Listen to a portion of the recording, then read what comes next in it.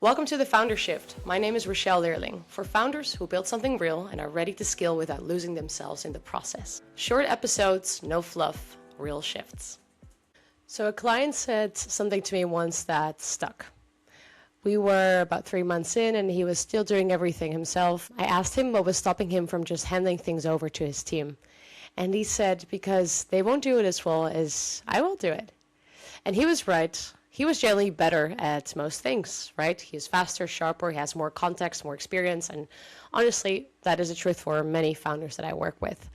That's exactly the problem as well.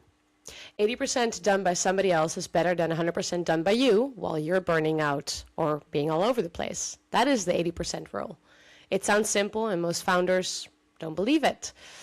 And I get why, because it goes deeper than just quality standards.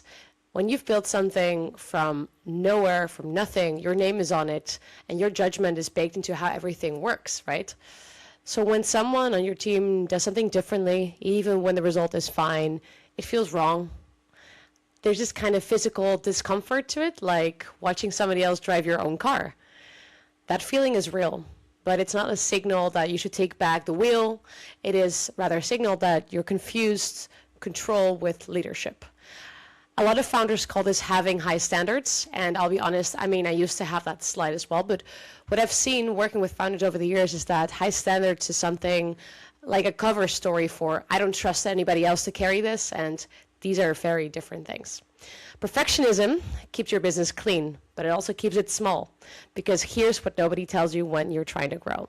The process is messy, things will slip, a client will have slightly different ideas and experiences than you would like to have with them. A project will take longer than it should if you would have done it yourself. And somebody will make a call you wouldn't have made. That is not failure. That is what building something bigger than yourself actually looks like. You cannot scale control. You can only build a business that works without you holding everything together.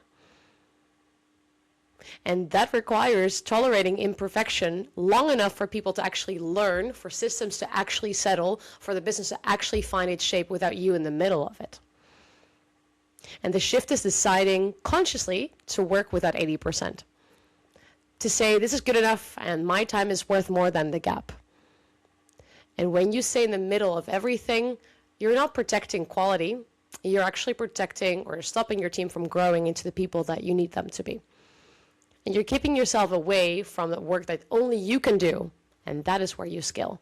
80% done by somebody else, done consistently, beats 100% done by you, done occasionally while you're exhausted.